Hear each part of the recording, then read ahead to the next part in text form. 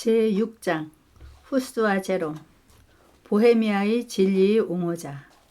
복음이 보헤미아에 전파되기는 이미 9세기의 일이었다. 성경이 번역되고 백성들은 자국어로 예배를 드리게 되었다. 그러나 법안권의 세력이 확장됨에 따라 하나님의 말씀은 가리워졌다. 평소의 왕들의 권세를 꺾어버릴 뿐 아니라 백성들을 노예의 상태로 만들고자 꾀해오던 그레고리우스 7세는 예외 없이 보헤미아어로 공중 예배를 드리지 못하도록 금지하는 교서를 내렸다. 전능하신 하나님께서는 알아듣지 못하는 방언으로 예배를 드리기를 원하신다. 이 법칙을 따르지 않기 때문에 많은 악과 이단이 생기게 되었다고 법왕은 선언하였다. 그와 같이 로마는 하나님의 말씀의 빛을 꺼버리고 백성들을 암흑 가운데 가두어두도록 명령하였다. 그러나 하나님께서는 다른 기구를 통하여 교회를 보존하시고자 계획하셨다. 프랑스와 이탈리아에서 박해를 만나 쫓겨난 많은 walden스와 알비젠스인들이 보헤미아로 피난하였다. 비록 그들은 그곳에서 공공연하게 전도하지 못하였으나 은밀한 가운데서 열심히 활동하였다. 그리하여 참된 신앙이 여러 세기를 통하여 보존되어 왔다. 후스가 태어나기 전에 보헤미아에는 이미 교회의 부패와 백성들의 비행을 공공연하게 규탄하는 사람들이 있었다. 그들의 활동은 많은 사람들의 주의와 관심을 끌었다. 그러므로 승려 계급은 두려움을 느끼고 복음 사도들에게 박해를 가하였다. 그들은 숲속과 산으로 쫓겨가서 예배를 드리게 되었고 군사들은 그들을 찾아내어 많은 사람들을 살육하였다. 얼마 후에 로마교회 예배에서 벗어나는 자는 화형에 처한다는 명령이 내렸다. 그러나 그리스도인들은 순교를 당하면서도 그들의 사업의 승리를 확신하고 눈을 감았다. 오직 십자가에 못 박히신 구주를 믿음으로써만 구원을 얻는다는 진리를 가르친 사람들 중에 한 사람은 다음과 같은 말을 남기고 죽었다. 진리의 원수의 분노는 오늘날 우리들을 이기고 있지만은 영원히 그렇지는 않을 것이다. 이제 평민 가운데서 한 사람이 권세와 검을 쥐지 않고 일어날 것인데 그들은 그를 이길 수 없을 것이다. 루터의 시대는 아직 먼 미래에 속하였다. 그러나 이제 로마를 공격하는 그의 증언으로 모든 나라를 일깨우게 할 한 사람이 일어나는 중에 있었다. 후스의 어린 시절부터 대학 총장이 되기까지. 얀 후스는 비천한 계급에서 태어났으며 어렸을 때에 그의 아버지를 여의었다. 그러나 그의 경건한 어머니는 교육시키는 것과 하나님을 경외하는 것이 가장 귀중한 재산이라고 생각하였으므로 그러한 유업을 그 자식에게 남겨주고자 애를 썼다.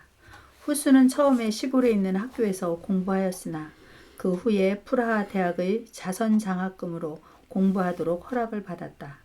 그는 어머니와 함께 프라하를 향한 여로에 올랐다. 과부로서 가난에 시달리는 그의 어머니는 그 아들에게 줄 만한 세상 재물이 없었다. 그러나 그는 큰 도시에 가까이 이르렀을 때에 아버지 없는 자기의 아들 앞에서 무릎을 꿇고 그를 위하여 하늘 아버지께 복을 빌었다. 그러나 그 어머니는 자기의 기도가 어떻게 응답될 것인지에 대하여 거의 깨닫지 못하였다. 대학에서 공부하는 동안 후스는 부지런한 공부와 신속한 학업의 향상으로 이름을 떨쳤으며 그의 깨끗한 생애와 온유하고 쾌활한 성격 때문에 여러 사람들의 존경을 받게 되었다. 그는 또한 로마교를 열렬히 신봉하는 사람이었으므로 교회가 수여한다고 공언하는 영적 축복을 매우 갈망하였다. 그는 어떤 큰 성회에 참석하였을 때 참여하러 나아가 호주머니 속에 남아있는 돈을 다 털어 바치고 사면을 얻기 위하여 행렬 가운데 참여한 일도 있었다. 대학을 졸업하자 그는 신부의 직분을 얻었으며 그 후 신속히 승진하여 왕실 전속에 승정이 되었다. 그리고 그는 모교의 교수가 되고 그 후에 그 대학의 총장까지 되었다. 그리하여 불과 수년 만에 구호금의 장학금을 받던 비천한 일개 학생이 보헤미아의 자랑이 되고 그 명성을 온 구라파에 떨치게 되었다. 그러나 그는 다른 한 분야에서 개혁 사업을 착수하였다. 성직에 나간 지 수년 후에 그는 베들레헴 회당의 설교자로 임명되었다. 그런데 그 회당의 설립자는 성경을 자국어로 설교하는 일을 참으로 중요한 일로 주장하는 사람이었다. 그 일은 로마에서 반대하는 일이었으나 보헤미아에 있어서는 완전히 중지되지는 않았다. 그 당시에 성경에 대한 일반 사람들의 무지는 실로 컸으며 모든 계급의 사람들에게 가장 악한 일들이 편만해 있었다. 후스는 이러한 죄악들을 기탄 없이 견책하고 자기가 설명한 진리의 원칙과 순결을 역설하기 위하여 하나님의 말씀으로 간곡히 호소하였다. 개혁주의로 전향함. 후에 후스의 절친한 친구가 된 프라하 출신의 제롬이 영국으로부터 귀국하면서 위클리프의 저서를 가지고 돌아왔다. 위클리프의 가르침으로 개종한 영국 왕후는 원래 보헤미아의 공주였으므로 그의 가마로 말미암아 보헤미아에는 개혁제의 저술이 널리 유포되었다. 후스는 그러한 저술들을 흥미있게 읽었다.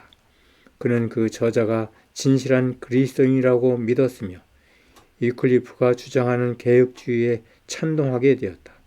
비록 후스 자신은 깨닫지 못하였으나 이때 그는 그를 로마로부터 멀리 떨어지도록 인도할 길에 들어섰던 것이다. 그때에 프라하에 영국으로부터 학식 있는 두 사람이 왔다. 그들은 진리의 밝은 빛을 받았는데 그 진리를 전하기 위하여 이렇게 먼 지방까지 찾아왔던 것이다. 그들은 처음부터 법왕의 최상권을 공공연하게 공격하였으므로 즉시 당국으로부터 발언을 금지당했다.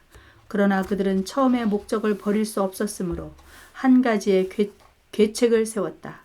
그들은 본래 설교자인 동시에 화가였으므로 그들의 기술을 발휘하게 되었다.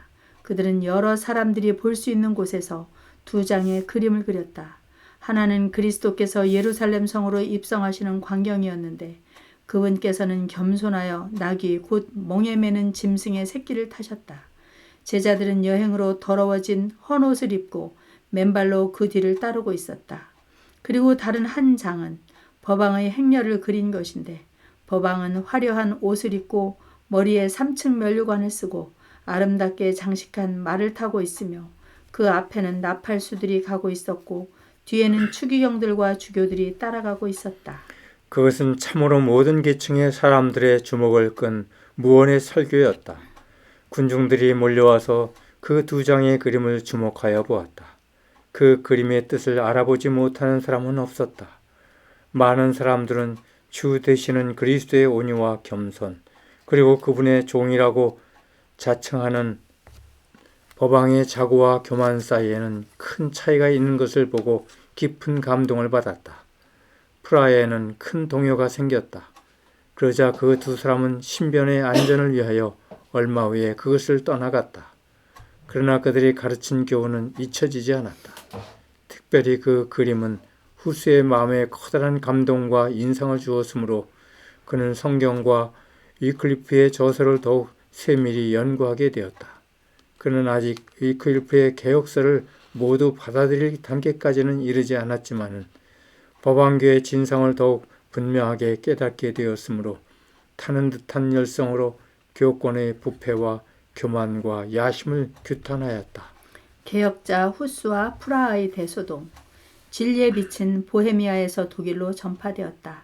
왜냐하면 프라하 대학의 소동으로 수백 명의 독일 학생들이 고국으로 돌아갔기 때문이었다. 그들 중에 많은 학생들이 후스에게서 처음으로 성경의 지식을 배웠는데 그들은 돌아가서 각자 자기 나라의 여러 곳에 복음을 전파하였다. 프라하에서 일어난 일에 대한 소식이 로마에 전해지자 후스는 곧 법왕의 소환 명령을 받았다. 그 명령에 응하는 것은 자기의 몸을 죽음에 내어주는 것이었다.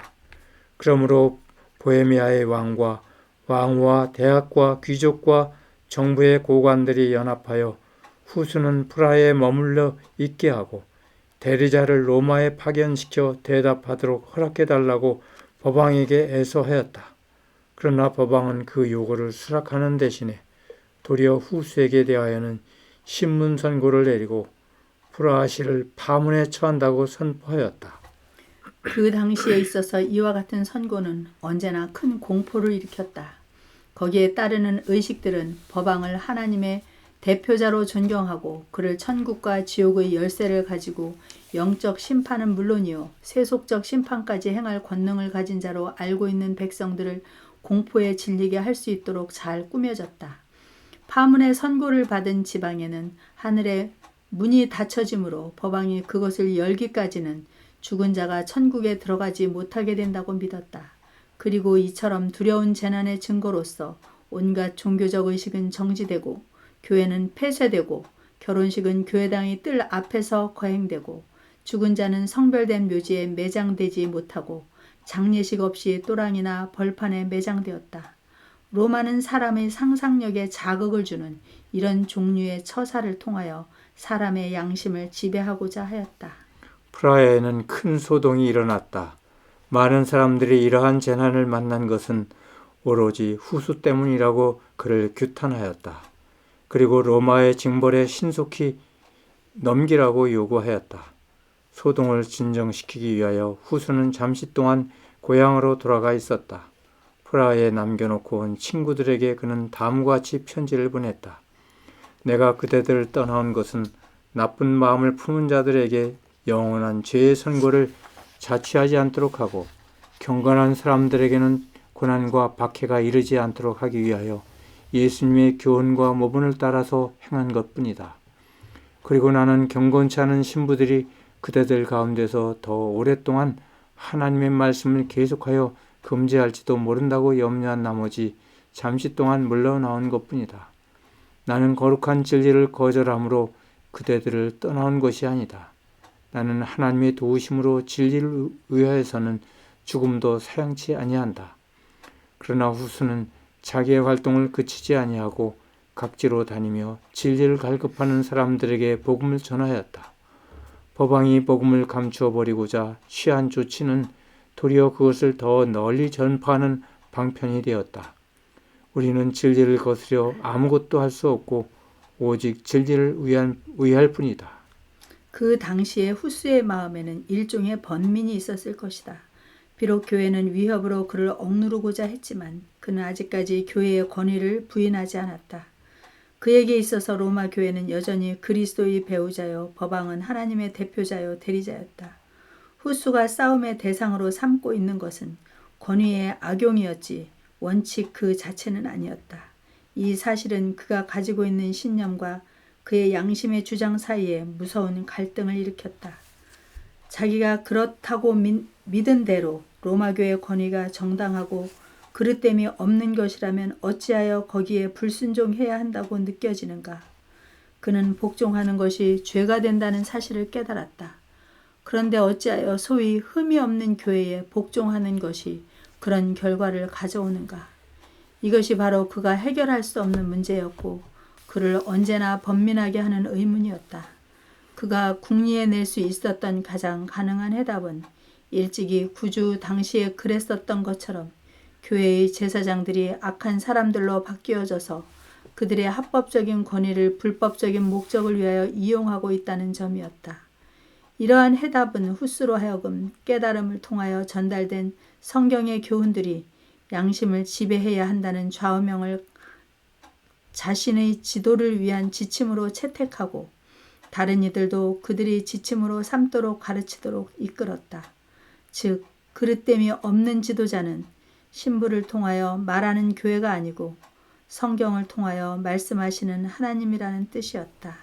박식하고 웅변적인 죄름이 나타남. 얼마 후에 프라하의 소동이 진정되자 후수는 자기가 맡은 베들레헴의 회당으로 돌아가서 더욱 큰 열심과 용기로서 하나님의 말씀을 계속하여 전하였다. 그의 원수들은 활발하고 강력하였지만 왕후와 많은 귀족들이 그의 친구가 되었고 많은 백성들이 그를 지지하였다. 그의 순결하고 고상한 교훈과 경건한 생애를 로마 교도들이 전하는 타락한 교리와 그들의 탐욕적이고도 방탕한 행동과 비교할 때 많은 사람들은 후수의 편에 가담하는 것을 명예로운 일로 여겼다. 지금까지 후스는 단독으로 활동하여 왔다. 그러나 이제 영국에 체류해 있는 동안 위클리프의 가르침을 받아들인 제롬이 개혁사업에 참가하였다. 그 후로부터 그 두 사람은 완전히 연합된 생활을 하였으며 사망도 그들을 헤어지게 할 수 없었다. 대중의 인기를 끄는 재간을 가진 제롬은 천재적인 두뇌를 가졌고 말을 잘하고 학식이 뛰어났다. 그러나 참된 인격을 형성하는 자질을 구비한 점에 있어서는 후수가 한층 더 탁월하였다.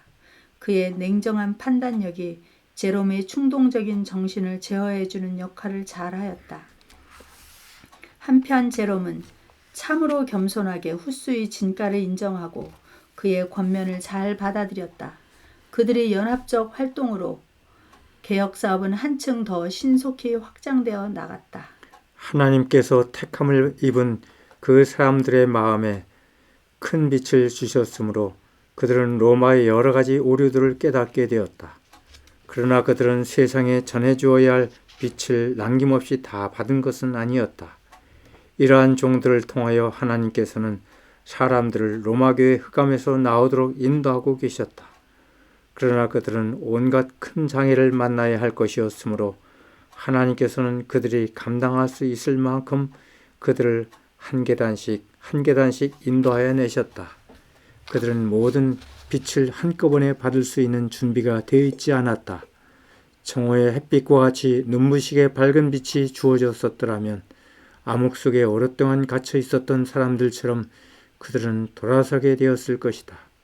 그러므로 하나님께서는 지도자들에게 사람들이 받을 수 있을 정도로 조금씩 빛을 나타내 주셨다. 시대가 지나감에 따라 충성된 일꾼들이 차례로 일어나서 사람들을 차츰 깊은 개혁의 길로 인도하였던 것이다. 콘스탄스에서 개최된 큰 회의. 교회 내의 분열은 여전히 계속되었다. 세 사람의 법왕이 제각기 채상권을 장악하고자 다투고 있었으므로 그리스도교국은 범죄와 소동으로 충만하여졌다. 그들은 피차에 저주하는 것만으로 만족하지 않고 세속적 무력에 호소하였다. 그리하여 각각 무기를 구입하고 군대를 모집하기 위하여 애썼다. 물론 돈이 필요하였다. 그러므로 돈을 마련하기 위하여 소위 교회에 속한 은사, 지위, 축복 등이 돈으로 매매되었다. 신부들도 역시 그들이 위에 있는 성직자들의 본을 받아 성직을 매매하고 자기의 상대자를 넘어뜨리고 자기의 세력을 강화하기 위하여 싸웠다. 이러한 철면피한 행동들이 날마다 증가되어 가므로 후스는 소위 종교라는 이름으로 용인되는 가증한 행위에 대하여 강력하게 비난하였다. 또한 백성들도 로마교의 지도자들이 그리스도교국을 비참하게 만드는 자들이라고 공공연하게 비난하였다. 그리고 프라하에는 바야흐로 유혈의 참극이 일어날 것처럼 보였다. 옛날에 그랬던 것처럼 하나님의 종은 이스라엘을 괴롭게 하는 자라는 비난을 받았다. 그 도시는 두 번째로 파문을 선고받았고 후수는 시골에 있는 고향으로 돌아갔다. 드디어 사랑하는 베들레헴 회당에서 행하던 그의 충성된 증언은 그쳤다. 이제 그는 진리의 증인으로서 그의 생명을 바치기 전에 더욱 넓은 무대에서 온 그리스도교국을 향하여 말할 것이었다. 온 유럽을 혼란에 빠지게 한 화근을 제거하기 위하여 콘스탄스에서 총회가 소집되었다. 이 회의는 시기스문트 황제의 희망에 따라 세 경쟁자 중의 하나인 요한 23세가 소집한 것이었다. 법왕 요한은 원래 회의를 소집하는 것을 환영하지 아니하였다. 왜냐하면 그는 인격과 정책에 있어서 당시의 교인들에게서 뿐만 아니라 타락한 주교들로부터도 힐책과 비난을 받을 정도였기 때문이었다. 그러나 그는 감히 시기스문트의 뜻을 반대할 수가 없었다. 회의에서 달성되어야 할 주요한 목표는 교회의 내분을 화해시키고 이단을 뿌리 뽑는 것이었다. 그러므로 두 사람의 참칭 법왕과 새로운 주장을 퍼뜨리는 주동자로 지목된 얀 후수가 그 회의에 소환되었다. 그 참칭 법왕들은 모두 자기들의 신변의 안전을 위하여 직접 그 회의에 참석하지 않고 그들의 대표자들을 참석시켰다. 법왕 요한은 표면상으로 그 회의의 소집자였지만은 황제가 자기를 폐하려는 은밀한 목적이나 없는지 또는 자기가 삼층관을 얻기 위하여 자행한 범죄와 그 삼층관을 욕되게 한 행위에 대하여 문책당하지는 않을지 하는 여러 가지 불안과 의구심을 가지고 회의에 임하였다. 그러나 그는 교회의 높은 직분을 가진 사람들과 많은 수행원들을 데리고 위풍당당하게 콘스탄스 성으로 들어갔다. 시의 고관들과 성직자들은 수많은 시민들과 함께 그를 환영하였다. 그의 머리 위에는 황금으로 만든 천개가 덮였고 그것을 그 지방 장관 4사람이 붙들고 있었다.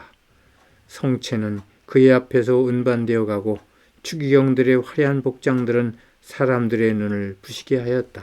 그때 또 다른 여행자가 콘스탄스 성으로 가까이 오고 있었다. 후스는 자기를 위협하고 있는 위험을 이미 알고 있었다. 그는 그 길을 마치 영원한 이별의 길인 것처럼 느끼고 친구들에게 작별을 고하였다. 그리고 그는 차츰 화영주에 가까이 가고 있는 것처럼 느끼면서 여행을 계속하였다. 그는 보헤미아의 왕으로부터 그의 신변의 안전을 보장하는 통행권을 받았고 또한 시기스문트 황제가 보증해주는 여행 도중의 안전을 위한 통행권까지도 받았지만은 도저히 사망을 피할 수 없는 줄로 생각하고 모든 일을 다 처리하고 갔다. 회의에 임석하려는 후스. 프라하에 있는 친구들에게 보낸 편지에서 그는 이렇게 말하였다. 나의 형제들이여, 나는 왕의 통행권을 가지고 나의 많은 대적들을 만나고자 떠나가고 있다. 나는 나의 구주가 되시는 전능하신 하나님께 모든 것을 맡긴다. 내가 능히 저들을 대항할 수 있도록 나의 입에 하나님의 지혜와 그분의 신중하신 정신을 넣어주시기를 간구하고 있는 그대들의 열렬한 기도를 하나님께서 응답하실 줄로 나는 믿는다. 또한 하나님께서 나를 당신의 진리로 강하게 하시기 위하여 성령을 주시고 시련이나 감옥이나 필요하면 잔인한 죽음까지라도 용기 있게 당하게 하실 줄로 믿는다. 예수 그리스도께서는 당신의 사랑하시는 자녀들을 위하여 고난을 당하셨다. 그리고 우리로 하여금 우리 자신의 구원을 위하여 모든 일에 참을 수 있도록 본을 보여주셨으니 이 어찌 놀라운 일이 아닌가. 그분께서는 하나님이시며 우리는 그분의 피조물이다. 그분께서는 주님이시며 우리는 그분의 종들이다. 그분께서는 이 세상의 주인이시며 우리는 비천한 인간들이다. 그렇지만 그분께서는 고난을 당하셨다. 그러므로 우리들 또한 고난을 당하는 것이 마땅하지 않겠는가? 더욱이 고난을 통하여 우리가 정결해지는데 어찌 우리가 고통을 받지 않을 수 있겠는가? 그런즉 사랑하는 친구여, 만일 나의 죽음이 주님께 영광을 돌리는 일이 된다면 그날이 하루속히 이르도록 그리고 내가 당하게 될 모든 고난에 그분께서 항상 나를 붙들어 주시도록 기도하라. 만일 내가 그대들에게 돌아가는 것이 더욱 좋은 일이라면 나로 하여금 오점 없이 돌아가게 되도록 하나님께 기도하라. 곧 나의 형제들에게 훌륭한 본을 남겨 나를 따라오게 하도록 복음의 진리의 1.1핵이라도 숨기는 일이 없도록 해달라고 기도하라. 아마도 프라하에서 그대들의 얼굴을 다시 보게 되리라고는 생각지 않는다. 그러나 만일 전능하신 하나님의 뜻이 나로 하여금 돌아가도록 허락해 주신다면 그때야말로 우리가 하나님의 율법의 지식과 사랑으로 마음을 더욱 굳게 하여 전진하여야 할 것이다. 후스는 복음의 사도가 된 어떤 신부에게 보내는 또 한 장의 다른 편지에서 과거에 화려한 의복을 입기를 좋아하고 천박한 일로 시간을 낭비한다고 그를 비난하였던 자기의 과거를 중심으로 사과하였다. 그리고 그는 아래와 같이 감동적인 권고를 덧붙였다. 직록이나 재산에 마음을 팔지 말고 하나님의 영광과 영혼의 구원으로 그대의 마음을 채우라. 그대의 마음보다도 집을 더 꾸미지 말고 영적 집을 세우는 데 관심을 쏟으라. 가난한 사람들을 친절하고 겸손하게 대하며 그대의 물질을 연락하는 일로 낭비하지 말라. 그대가 만일 그대의 생애를 고치고 사치스러운 생애를 끊어버리지 아니하면 내가 지금 심하게 징계를 받고 있는 바로 그 징계가 그대에게 미칠까 염려된다. 그대는 어려서부터 나의 교훈을 받았으므로 나의 교훈이 무엇인지 알고 있다. 그러므로 이 이상 더 쓸 필요가 없는 줄로 안다. 그대가 아는 바와 같이 한때 내가 빠졌던 어떠한 허영에도 그대는 빠지지 말기를 나는 주의 자비를 힘입어 그대에게 간언한다. 그리고 그 겉봉에는 나의 친구여, 그대는 내가 죽은 것이 확실하다는 사실을 알기 전에는 이 봉투를 뜯지 말라고 써 있었다. 후수는 그 여행 중에서 자기의 교리가 도처에 전파된 것과 자기의 전도 사업이 환영을 받고 있는 것을 보았다. 사람들은 그의 곁으로 몰려왔으며 어떤 고을에서는 지방장관이 그를 따라 거리를 같이 걷기도 하였다. 신앙의 포기냐 죽음이냐. 콘스탄스 성에 도착하자 후스에게는 완전한 자유가 허락되었다. 황제의 통행권에는 다시 법왕의 개인적인 보증이 첨부되었다. 그러나 이 엄숙하게 반복된 보증도 무시되고 얼마 후에 그 개혁자는 법왕과 추기경들의 명령으로 체포되었다. 그는 곧 불결하고 음침한 감옥에 갇히게 되었다. 그 후에 그는 라인강 건너편에 있는 튼튼한 성 안으로 이송되어 죄수로 수감되었다. 이러한 법왕의 배반은 법왕 자신에게도 유익이 되지 못하였으며 오래지 아니하여 그 법왕도 또한 그 동일한 장소에 갇히게 되었다. 그는 회의석상에서 살인, 성직매매, 간음, 그 외에도 말할 수 없이 더러운 죄악을 범한 것이 밝혀졌다. 그리하여 그는 회의의 선고로 3층 면류관을 박탈당하고 동시에 옥에 갇히게 되었다. 그리고 참칭 법왕들도 폐위당하고 새로운 법왕이 선정되었다. 후수가 개혁을 요구하며 신부들을 비난해왔던 죄들보다 더 큰 죄를 법왕 자신이 범했지만 법왕을 파면시킨 바로 그 동일한 회의는 이제 이 개혁자를 처치해버리기로 하였다.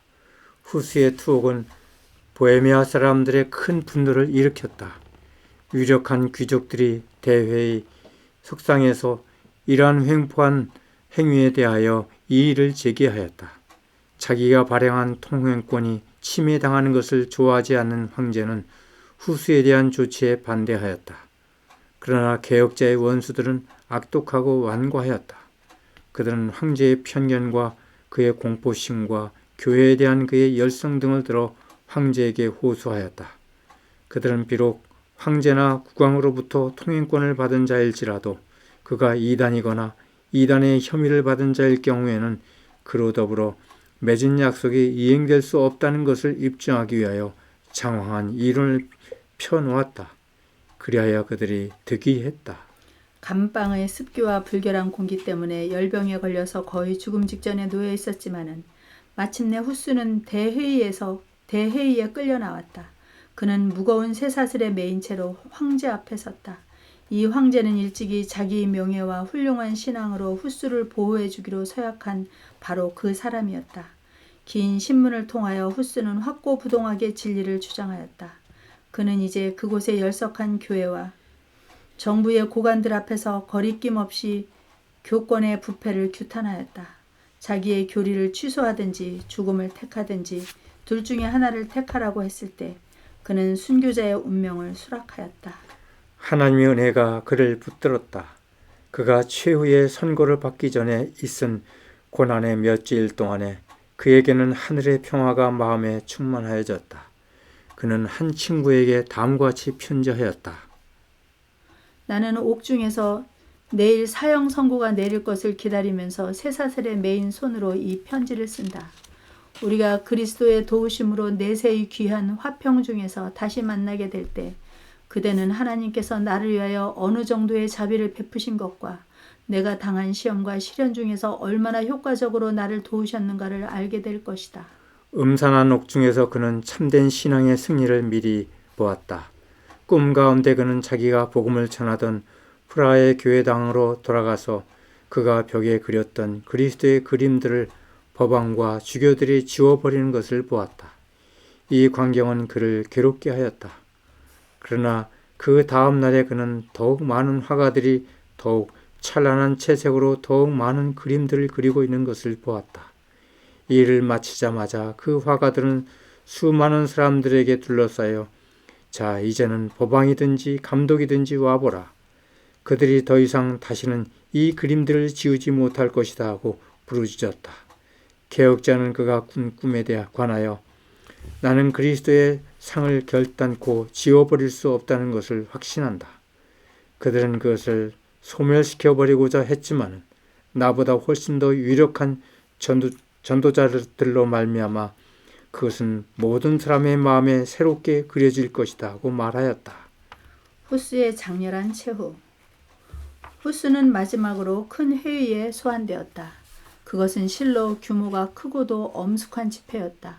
황제와 왕공과 사신과 추기경들과 감독과 신부들이 열석하고 밖에는 허다한 방청자가 모여 있었다. 그들은 양심의 자유를 얻기 위한 긴 투쟁에서 최초의 큰 희생자를 목격하고자 그리스도 교국의 각국에서 모인 사람들이었다. 후스는 최후의 결심을 표명하도록 요구받았을 때 자기의 견해를 처리하기를 단호하게 거절하였다. 그는 약속한 바를 아무런 가책 없이 깨뜨려버린 황제를 뚫어지게 쳐다보면서 나는 여기 임석한 황제의 신의와 공공연한 보호 아래 내 자신의 자유의사에 의하여 대회의에 출석하기로 결심한 것이다 하고 언명하였다. 그러자 거기에 모인 모든 사람의 시선이 일제히 황제에게 집중되었으며 시기스문트는 얼굴을 붉혔다. 선구가 언도되고 지위를 박탈하는 의식이 시작되었다. 감독들은 그 죄수에게 승려와 같은 옷을 입혔다. 후스는 승복을 손에 들고 우리 주 예수 그리스도께서는 치욕을 받으실 때에 흰옷을 입으시고 헤로덱에서 빌라도에게로 호송되셨다고 말하였다. 그리고 그의 주장을 취소하라는 권고를 다시 받게 되자 그는 군중을 향하여 돌아서서 다음과 같이 대답하였다. 그렇다면 내가 무슨 면목으로 하늘을 쳐다볼 수 있겠는가? 내가 지금까지 순결한 복음을 전한 저 사람들을 무슨 면목으로 쳐다볼 수 있겠는가? 나는 그들의 구원을 이제 죽기로 작정된 불쌍한 나의 몸 이상으로 귀중하게 여긴다. 그의 제복은 하나씩 차례로 벗기워졌는데 그럴 때마다 의식을 행하고 열석한 감독들은 차례대로 저주를 선언하였다. 드디어 그의 머리 위에는 모자 곧 피라밋 모양으로 만든 종이 고깔이 씌워졌는데 거기에는 악마의 무서운 형상이 그려져 있고 대이단자라는 글자가 그 앞에 뚜렷하게 씌어 있었다. 후스는 주 예수여 이 종은 더할 수 없는 기쁨으로 당신을 위하여 치욕의 관을 쓰나이다. 나를 위하여 가시관을 쓰신 주 예수여 하고 부르짖었다. 이런 의식을 행한 후에 주교는 내 영혼을 마귀에게 주노라고 말하였다. 그때 얀 후스는 하늘을 우러러 오 주 예수여 당신이 나를 구원하셨으니 나는 내 영혼을 당신의 손에 맡기나이다 하고 말하였다. 그 후에 그는 세속적 권세에 맡겨져 처형장으로 끌려나갔다. 그의 뒤에는 많은 군중, 몇백 명의 무장한 사람들, 아름다운 의복을 입은 신부와 주교들, 콘스탄스 성의 주민들이 따랐다. 그가 화영주에 결박되고 불을 붙일 수 있는 준비가 다 갖추어졌을 때에 그 순교자는 자기의 생명을 보존하기 위하여 다시 한번 그의 오류를 취소하라는 권고를 받았다. 그러나 그는 다음과 같이 대답했다. 무슨 오류를 취소하라고 하는가? 나는 아무런 죄를 짓지 않았다고 생각한다. 내가 저술한 것과 전파한 것은 모두 사람을 죄와 멸망에서 구원하기 위한 것이었음을 하나님의 이름으로 증거한다. 그러므로 나는 내가 저술하고 전파한 진리를 나의 피로써 확인하기를 매우 기뻐한다. 이윽고 불을 붙이매 그는 다윗의 아들 예수여 나를 불쌍히 여기소서라는 찬미를 그의 목소리가 영원히 그쳐질 때까지 불렀다. 심지어 그의 원수들까지도 그의 영웅적인 태도에 감동을 받았다. 열광적인 법왕당의 한 사람은 후스와 그 후에 있은 제롬의 순교에 대하여 다음과 같이 묘사하였다. 두 사람은 다 같이 최후의 순간까지 변함없이 확고한 마음을 가지고 있었다.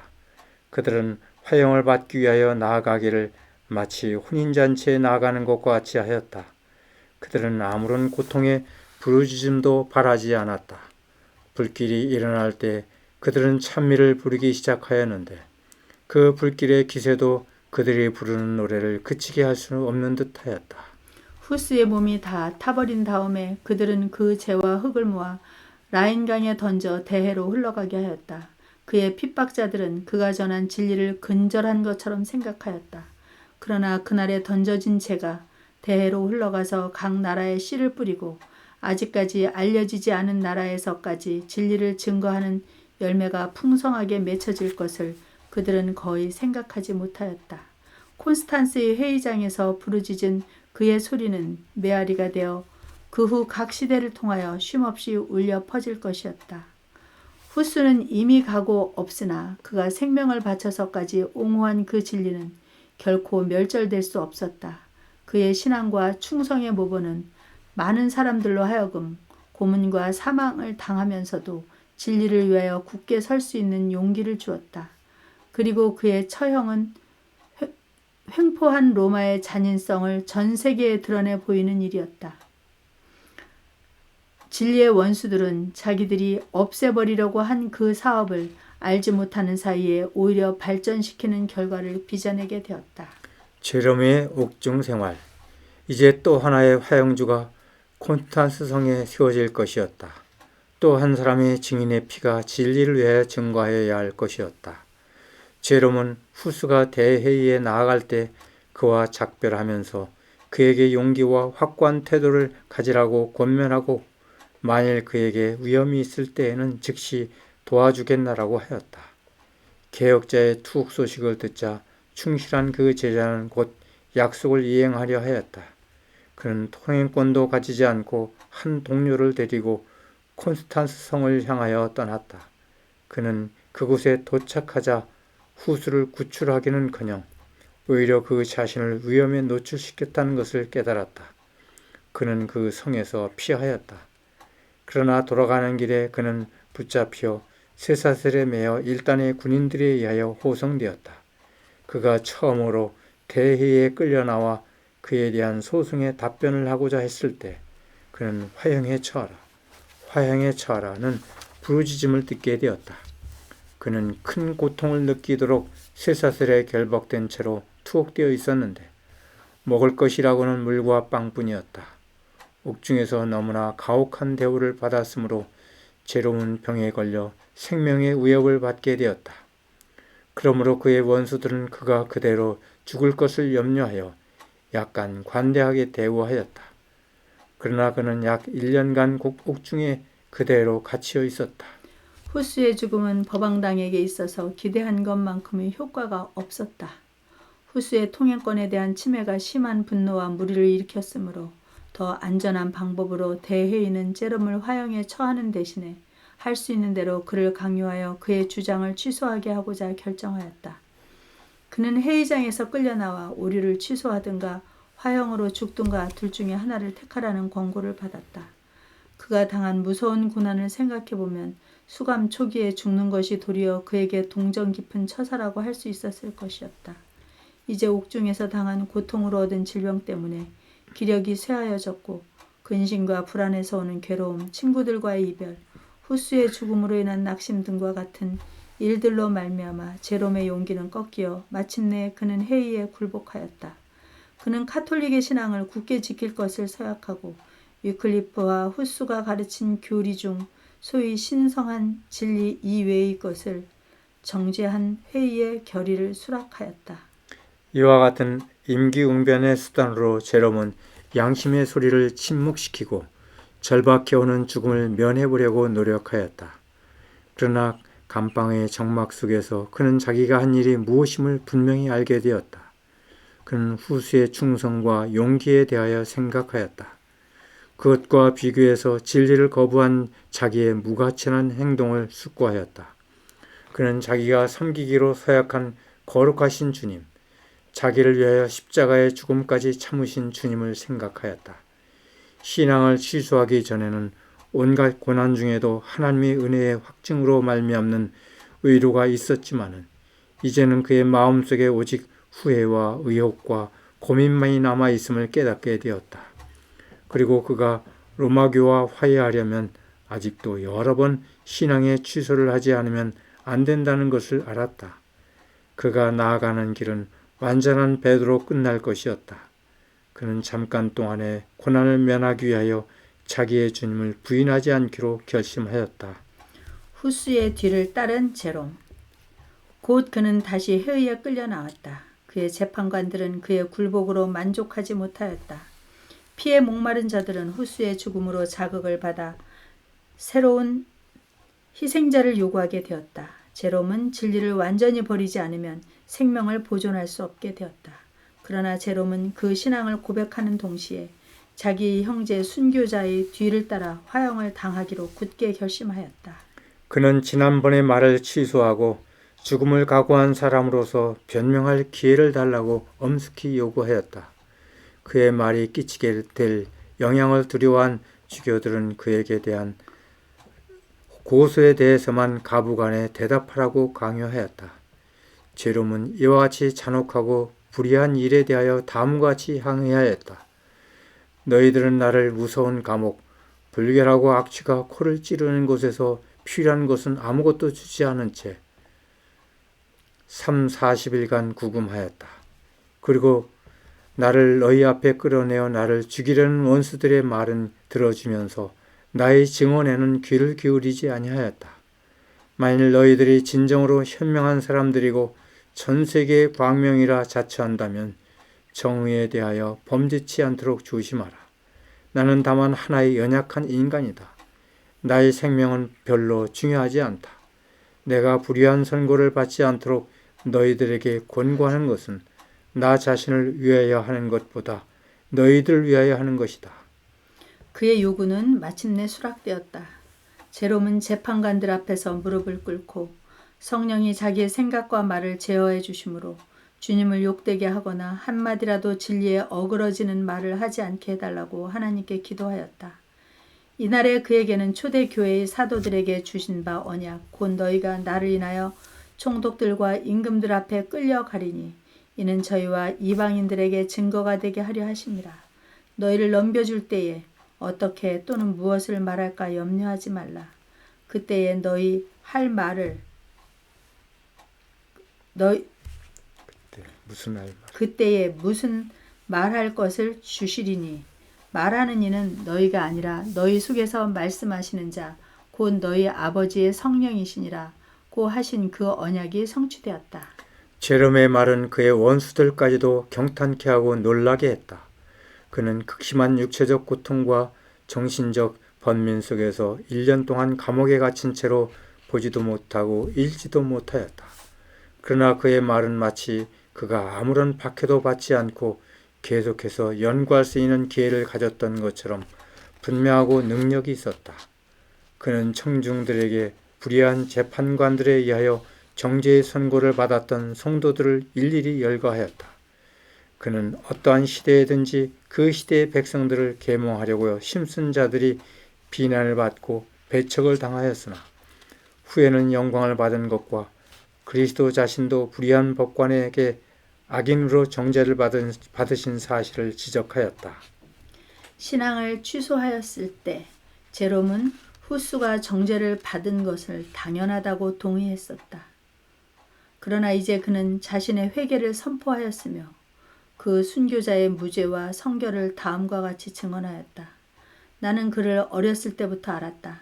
그는 의롭고 거룩하며 가장 탁월한 사람이었다. 그는 아무 죄 없이 유죄 선고를 받았다. 나 역시 죽음을 각오하고 있다. 언젠가는 아무도 속일 수 없는 크신 하나님 앞에서 그들의 기만에 대하여 심판을 받게 될 나의 원수들과 거짓 증인들이 마련해 놓은 고통을 나는 두려워하지 않을 것이다. 법관들 앞에서 행한 제롬의 신앙 고백. 그는 자기가 진리를 부인한 사실에 자책감을 느끼면서 계속해서 말하였다. 청년시대 이후로 내가 범한 모든 죄악 중에서 나의 마음을 가장 괴롭게 한 것은 내가 이 흉악한 장소에서 범한 죄이다. 이곳에서 나는 나의 스승이요 친구인 거룩한 순교자 얀 후스와 위클리프에 대하여 내린 간악한 선고를 시인하였다. 그러나 나는 충심으로 그 일을 참여한다. 나는 불명예스럽게도 죽음을 두려워하여 두 사람의 교리를 부인한 것을 고백한다. 그러므로 전능하신 하나님께서 나의 여러 가지 죄를 용서해 주시되 가증한 이 죄를 사해 주시기를 간원하는 바이다. 그리고 그는 재판관들을 가리키면서 엄숙하게 말하였다. 너희들은 위클리프와 얀 후스에게 정죄의 선고를 내렸는데 그들이 교회의 교리를 침해한 연구에서가 아니고 그들이 성직자들의 비행과 추문, 곧 그들의 허식과 교만, 주교와 신부들의 온갖 죄악들을 적발하여 공격하였기 때문이었다. 위클리프와 후스가 말한 반박할 수 없는 사실에 대하여 나 역시 너희들을 규탄하는 바이다. 그의 말은 저지되었다. 주교들은 격분하여 떨면서 이 이상 무슨 증거가 더 필요한가? 우리는 우리의 눈으로 가장 완고한 이단자를 직접 목격하고 있다고 부르짖었다. 제롬은 소란한 중에서도 확고한 태도로 말하였다. 무엇? 너희들은 내가 죽음을 두려워할 줄로 생각하느냐? 너희들은 과거 1년 동안 죽음보다 더욱 참혹하고 무서운 감옥 속에 나를 가두었다. 너희들은 나를 터키 사람들과 유대인들과 이교도들보다 더욱 잔혹하게 취급하였으므로 나의 살이 사실상 썩어서 나의 뼈에서 떨어져 나갔다. 그러나 나는 불평하지 않는다.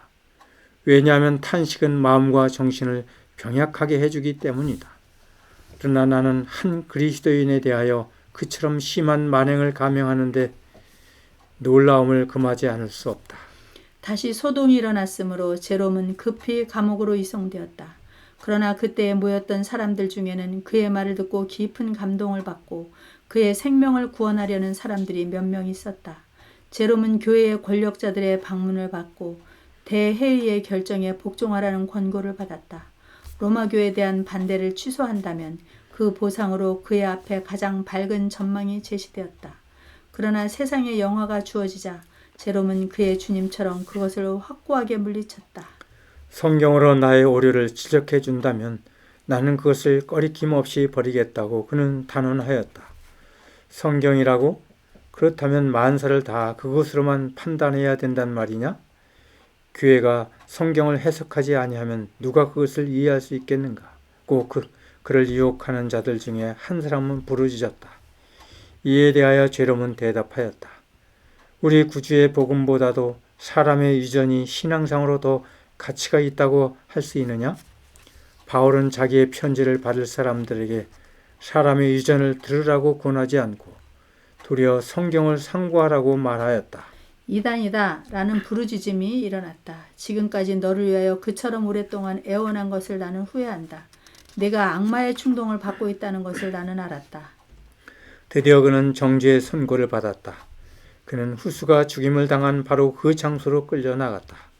그는 노래를 부르면서 나가는데 그의 얼굴은 평화와 기쁨으로 빛나고 있었다.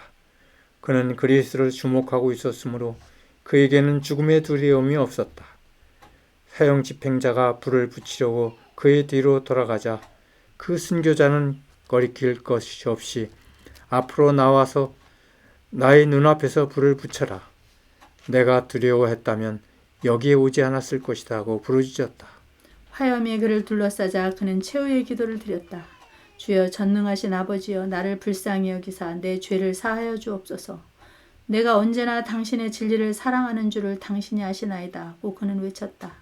마침내 그의 소리는 그쳤으나 기도하는 그의 입술은 그치지 않고 움직이고 있었다. 불길이 그치자 그 순교자의 재는 거기에 남아있는 흙과 함께 후스의 재처럼 라인강에 던져졌다. 이와 같이 하나님의 충성된 증인들은 죽임을 당하였다. 그러나 그들이 전파한 진리의 빛, 그들의 영웅적인 모본으로 남긴 광채는 소멸될 수 없었다. 바야흐로 세상에 다가오고 있는 여명을 막으려는 것은 마치 사람이 태양을 돌아가는 궤도에서 역전시키려는 것과 마찬가지로 무모한 것이었다. 지스카 장군의 분기. 후스의 처형은 보헤미아의 분노와 공포의 불길을 일으켰다. 온 국민들은 후스가 승려들의 적의와 황제의 배신으로 희생되었다는 것을 알게 되었다. 그는 충성된 진리의 교사였음이 사람들에게 알려졌으며 그에게 사형 언도를 내린 대회의는 살인죄를 범한다는 비난을 받았다. 그의 교리는 어느 때보다 더욱 큰 관심을 끌었다. 법왕은 위클리프의 저서들을 정지하고 불태워버리라는 조서를 내렸다. 그러나 이제 사람들은 그 저서들 중에서 소멸되지 않고 남아있는 그것들이 숨겨져 있던 곳에서 가져와 성경 전서나 혹은 사람이 구할 수 있는 성경 중에 어떤 일부분과 대조하여 연구하였으며 그 결과로 많은 사람들이 개혁자들의 신앙을 받아들이게 되었다. 후스를 죽인 자들은 그의 운동이 승리하는 것을 조용히 보고만 있지 않았다. 법왕과 황제가 연합하여 이 운동을 진압하려 하였으며 시기스문트의 군대는 보헤미아를 향하여 몰려왔다. 그런데 이때 한 구원자가 나타났다. 그는 개전 직후에 두 눈을 다 잃어버린 지스카로서 당시에 가장 훌륭한 장군 중에 한 사람으로서 보헤미아군의 지휘관이었다. 하나님의 도우심과 그들의 사업의 정당성을 신뢰하면서 사람들은 침공해 오는 가장 강력한 군대와 맞서 싸웠다.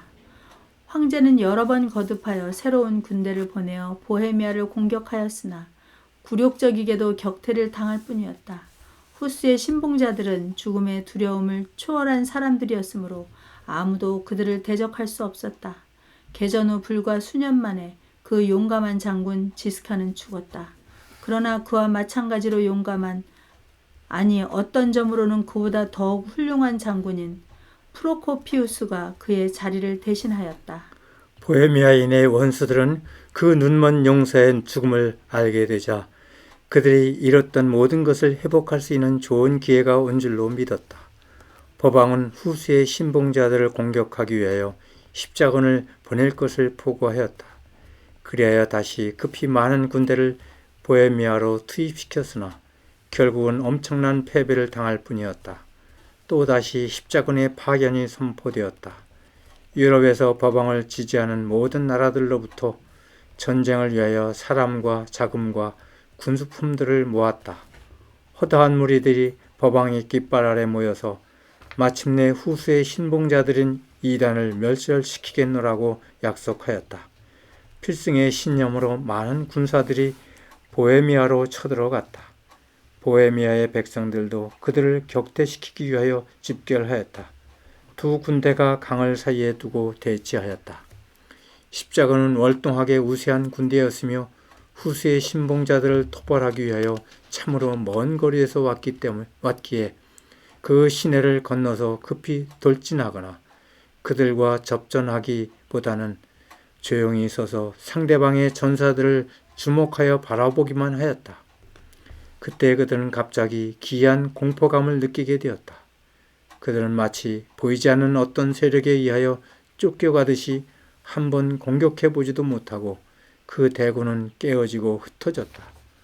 우수한 군사들이 도망하다가 그들을 쫓아간 보헤미아 군에게 사륙을 당하고 막대한 전리품이 승리자들의 손에 돌아갔다. 그리하여 그 전쟁은 보헤미아 사람들을 곤궁에 빠뜨리기는커녕 오히려 부유하게 해주었다. 십자군의 파멸. 수년 후에 다른 법왕이 십자군을 다시 일으켰다. 전과 같이 군대와 자금이 법왕권 하에 있는 온 유럽 각군에서 징집되었다. 이 위험한 일에 가담시키고자 권유하는 운동이 크게 전개되었다. 십자군에 참가하는 자는 누구든지 아무리 가증한 죄를 범하여도 완전히 용서받는다는 것이 보증되었다. 전쟁에서 죽는 자들은 하늘에서의 큰 상이 약속되었고 살아남는 자들은 그 전쟁터에서 명예와 재물을 얻게 될 것이라고 보증되었다. 다시금 대군이 직모되어 국경을 넘어 보헤미아로 쳐들어왔다. 후수의 신봉자들은 그 군대 앞에서 퇴각하여 침략자들을 국내로 깊숙이 유인하여 들이고 그들로 하여금 이미 승리한 줄로 생각하게 하였다. 드디어 프로코피우스의 군대는 퇴각을 정지하고 원수들을 향하여 돌아서서 그들에게 싸움을 걸었다. 십자군은 그제야 그들의 실책을 깨닫고 군대를 멈추고 그 자리에서 적군이 공격해 오기를 기다리고 있었다. 그런데 십자군들은 적군이 접근해 오는 소리를 듣자 후스파의 군대를 보기도 전에 다시 공포에 휩싸였다. 왕족들과 장군들과 일반 군사들은 그들의 무기를 내어버리고 사방으로 도망하였다. 침략군의 총지휘자인 법왕의 사절은 공포감에 눌려 흩어진 군사들을 모으고자 애를 썼지만은 헛수고였다. 그는 온갖 노력을 다하였지만 마침내 그 자신도 도망하는 무리들에게 휩쓸려 가고 있었다. 침략군은 완전히 패배당하였고 막대한 전리품이 다시 승리자의 손에 들어갔다. 이리하여 유럽의 가장 강력한 나라들로부터 파견된 용감하고 호전적이며 전쟁을 위하여 훈련받고 무장한 무리로 이루어진 두 번째 대군은 한 번 싸워보지도 못한 채 한 연약한 국민으로 편성된 소수의 방위군 앞에서 괴멸되고 말았다. 여기에 하나님의 능력이 나타났다. 침략군은 초자연적인 공포감에 사로잡혔던 것이다. 홍해에서 바로의 군대를 괴멸시키고 기드온과 300명의 용사 앞에서 미디안 군대를 도망하게 하시며 하룻밤 사이에 교만한 아시리아 군대를 쳐부수신 하나님께서 억압자의 세력을 꺾으시기 위하여 당신의 손을 다시 한번 펴셨던 것이었다. 저희가 두려움이 없는 곳에서 크게 두려워하였으니 너를 대하여 진친 저희의 뼈를 하나님이 흩으심이라. 하나님이 저희를 버리셨으므로 내가 저희로 수치를 당케 하였도다. 법안교회 지도자들은 무력으로 정복하는 일을 단념하고 드디어 권모술수를 쓰게 되었다. 표면으로는 보헤미아인들의 양심의 자유를 허락하노라고 공언하면서 실제로는 그들을 로마의 권력에 넘겨주는 타협책을 쓰게 되었다.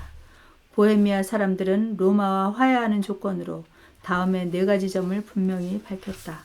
성경을 강론하는 자유, 모든 교인들이 성만찬 예식에 참석하여 떡과 포도즙을 나눌 수 있고 예배 시간에 각각 자국어를 사용할 수 있는 권리, 성직자가 모든 세속적인 직위와 권력에서 제외되는 일, 범죄 행위에 대해서는 일반 법정의 사법권이 성직자나 일반인을 막론하고 동일하게 취급하는 일 등이었다. 드디어 법왕 측은 후스의 신봉자들이 제출한 4가지 조건에 동의하였다. 그러나 그 조문의 명확한 의미를 결정하는 해석권은 종교회의 즉 법왕과 황제의 권한에 속한 것이라고 규정하였다. 이러한 조건 아래 조약은 맺어지고 로마는 투쟁으로 얻지 못한 것을 허위와 사기로 얻게 되었다. 왜냐하면 그들은 후스의 신봉자들이 제시한 조건들에 대하여서도 성경에 대해서 그러했던 것처럼 저들이 독자적인 해석을 내림으로써 그들 자신의 목적에 부합하도록 그 조문들의 의미를 왜곡시킬 수 있었기 때문이었다. 대부분의 보헤미아인들은 그 조약이 그들의 자유를 박탈하는 것이라고 생각하였으므로 그것에 동의할 수 없었다. 그리하여 불화와 분열이 생기고 나중에는 투쟁과 유혈 사태까지 빚어졌다. 이 내란으로 인하여 고상한 프로코피우스 장군은 죽고 보헤미아인의 자유는 없어졌다. 후스와 제롬을 배반한 시기스문트가 보헤미아의 왕이 되었으며 그는 보헤미아인의 권리를 옹호하겠노라고 한 자신의 서약에도 불구하고 법왕권의 확립에 진력하였다. 그러나 그가 로마를 추종함으로 얻은 것은 별로 없었다. 20년간 그의 생애는 수고와 위험으로 충만하였다. 오랫동안의 쓸데없는 전투로 그의 군대는 세잔하여졌고 그의 재물은 고갈되었다. 그는 1년을 통치한 후에 국가를 내란 일보 직전에 버려둔 채 불명예로 낙인 찍힌 이름을 후손들에게 물려주면서 죽었다. 보헤미아인의 인내와 기대, 소란과 쟁투와 유혈 사태가 오랫동안 계속되었다. 외국의 군대가 다시 보헤미아에 침입하였고 국내의 내부는 계속적으로 나라를 혼란하게 만들었다. 이러한 형편에서 끝까지 복음을 위하여 충성한 사람들은 지독한 박해를 당하였다. 그들이 옛날의 형제들이 로마교와 조약을 맺어 그 오류의 영향을 받고 있을 때 초기 신앙을 고수하고 있는 사람들은 연합된 형제들이라는 이름으로 특수한 교회를 조직하였다. 이로 인하여 그들은 각층 사람들로부터 저주를 받았다. 그러나 그들의 확고한 태도는 흔들리지 않았다. 그들은 산림과 동굴 속에서 피난처를 찾을 수밖에 없었지만 여전히 하나님의 말씀을 읽고 예배드리기 위하여 함께 보였다. 그들은 비밀리에 여러 나라의 사람들을 파견하여 여기저기에 진리를 아는 자가 있는 것과 그들은 비록 소수이지만 여러 읍과 촌에 흩어져 있으면서 그들처럼 박해의 대상이 되어 있다는 것과 또한 알프스 산 중에는 성경을 기초로 하여 세워진 교회가 있으며 그곳에서 우상 숭배로 부패된 로마를 대항하고 있다는 사실을 알았다. 이러한 정보는 그들에게 큰 기쁨을 주었으며 그들은 왈렌스인들과 교통하게 되었다. 보헤미아인들은 복음을 굳게 지키면서 박해의 어두운 밤이 지나가기를 기다렸다. 그들은 가장 어두운 시간에 아침이 오기를 기다리고 있는 사람들처럼 멀리 지평선 저쪽을 주목하여 보았다. 그들은 실로 어려운 시대에 살았다. 그러나 그들은 후스에게서 처음으로 듣고 제롬에게서 다시 반복하여 들은 말, 곧 새벽이 오려면 한 100년은 지나야 한다는 말을 잊지 않았다. 그 말은 후스의 신봉자들에게 있어서 마치 애굽에 속박되어 있던 이스라엘 사람들에게 한 요셉의 유언, 곧 나는 죽으나 하나님이 너희를 권고하사 허락하신 땅에 돌아가게 하시리라 고 한 유언과 같았다. 15세기 말렵이 되자 연합된 형제들의 교회는 더디기는 하였으나 확실히 발전하였다. 그들은 고난을 면한 것이 아니었으나 비교적 평화를 누렸다. 16세기 초엽에는 보헤미아와 모라비아에 그들의 교회가 약 200곳 정도 있었다. 그러므로 불과 검의 멸망과 분노에서 벗어난 남은 자로서 후수가 예언한 그대로 새벽을 맞이한 사람들은 상당히 많았다. 아멘.